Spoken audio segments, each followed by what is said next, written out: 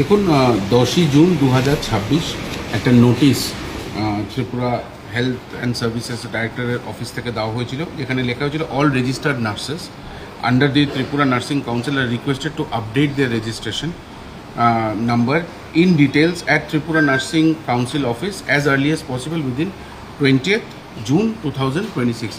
মানে ওরা ফিজিক্যালি তাদেরকে তাদের নার্সিং যে তাদের রেজিস্ট্রেশনটা আছে সেটাকে আপডেট করতে বলেছিল, কিন্তু আমরা দেখেছি যে আজকে দেশের এবং রাজ্যের যেই অবস্থা, যেভাবে রাজ্যতে আজকে নার্সিংয়ের কোনো রকম জবস নেই, অনেক মানে নিয়ার অ্যাবাউট 80-85% নার্সেস আজকে রাজ্যের বাইরে গিয়ে কোথাও কোনো নার্সিংহোম, কোনো প্রাইভেট হসপিটালে চাকরি করছে। তাদের জন্য হঠাৎ করে 20 তারিখের মধ্যে ছুটি নিয়ে আসাটা অসম্ভব।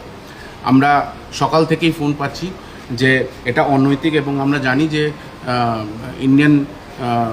আমাদের ইন্ডিয়ার প্রাইম মিনিস্টার অলরেডি বলেছেন যে বেশি বহির্রাজ্যে বা বহির্দেশে মুভ না করতে, এবং যেভাবে পেট্রোল এবং ডিজেলের দাম বাড়ার জন্য প্লেন টিকিটস, রেলওয়ে টিকিটসের দাম যেভাবে বেড়েছে, এটা টোটালি ইম্পসিবল যে স্টুডেন্টসরা এত কম শর্ট টাইমের মধ্যে ফিজিক্যালি এসে এখানে রেজিস্টার করুক। তো আজকে ত্রিপুরা প্রদেশ যুব কংগ্রেসের পক্ষ থেকে আমরা একটা ডেপুটেশন দিয়েছি যে ইমিডিয়েটলি যে এই প্রসেসটা যাতে উইথড্র করা হয় এবং তৎসাথে যাতে একটা অনলাইন পোর্টাল খুলে দেওয়া হয়, যে অনলাইন পোর্টালে তারা এই রেজিস্ট্রেশনটা করতে পারবে। এবং ডাইরেক্টর সাহেবের সঙ্গে কথা বলার পরে উনি সঙ্গে সঙ্গে এই নার্সিং কাউন্সিলের যে হেড, ওনাকে ডেকে আশ্বাস দিয়েছে যে আজকে বা কালকের মধ্যেই একটা নতুন অ্যাডভার্টিজমেন্ট ওরা রেজিস্টার করবে, যেখানে একটা অনলাইন বা হোয়াটসঅ্যাপ নাম্বার কিছু একটা ওরা দেবে, যেখানে আপনারা আপডেট করতে পারবেন। এবং ডাইরেক্টর সাহেব বলেছে যে 1-2 দিনের মধ্যেই সেই নাম্বারটা অ্যাকর্ডিং টু নোটিশ বা অ্যাডভার্টিজমেন্ট দিয়ে সেটাকে রাজ্যের সবার সামনে নিয়ে আসবে। হেলথ ব্যবস্থার অবস্থা খুব খারাপ। হেলথ ব্যবস্থার অবস্থা যদি ভালো থাকতো তাহলে এরকম একটা অবিচারক নোটিশ তারা দেয় না। এখনই যখন ভিতরে ঢুকেছে তখন একটা কনফিউশন দেখলাম, দুজনের মধ্যেই একটা কনফিউশন। যিনি নার্সিংয়ের ডিপার্টমেন্ট থেকে এসছে উনি বলছেন যে আমি অ্যাকচুয়ালি জানি না। ওনাকে জিজ্ঞেস কখন করা হয়েছে যে আমরা কি এটা অনলাইন পোর্টাল করতে পারি কি পারি না, বলছে অনলাইন পোর্টাল খুলতে এত কম টাইমের মধ্যে হবে না।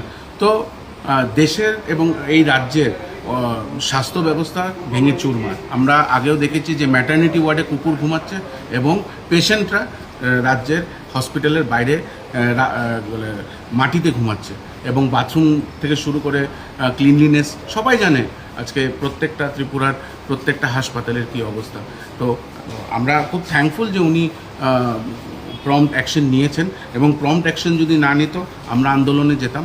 কারণ হঠাৎ করে 20 তারিখের 10 তারিখে দেওয়া 10 দিনের মধ্যে কেউ ছুটিও পাবে না, কেউ এইভাবে হঠাৎ করে প্লেনের ফ্লাইটসের কী দাম আপনারা সকলেই জানেন, আসা অসম্ভব। তো একটা প্যানিক ক্রিয়েট হয়েছে। বাইরের রাজ্যের থেকে বহু নার্সেসরা আমাকে ফোন করেছে যে দাদা দেখুন ম্যাটারটা।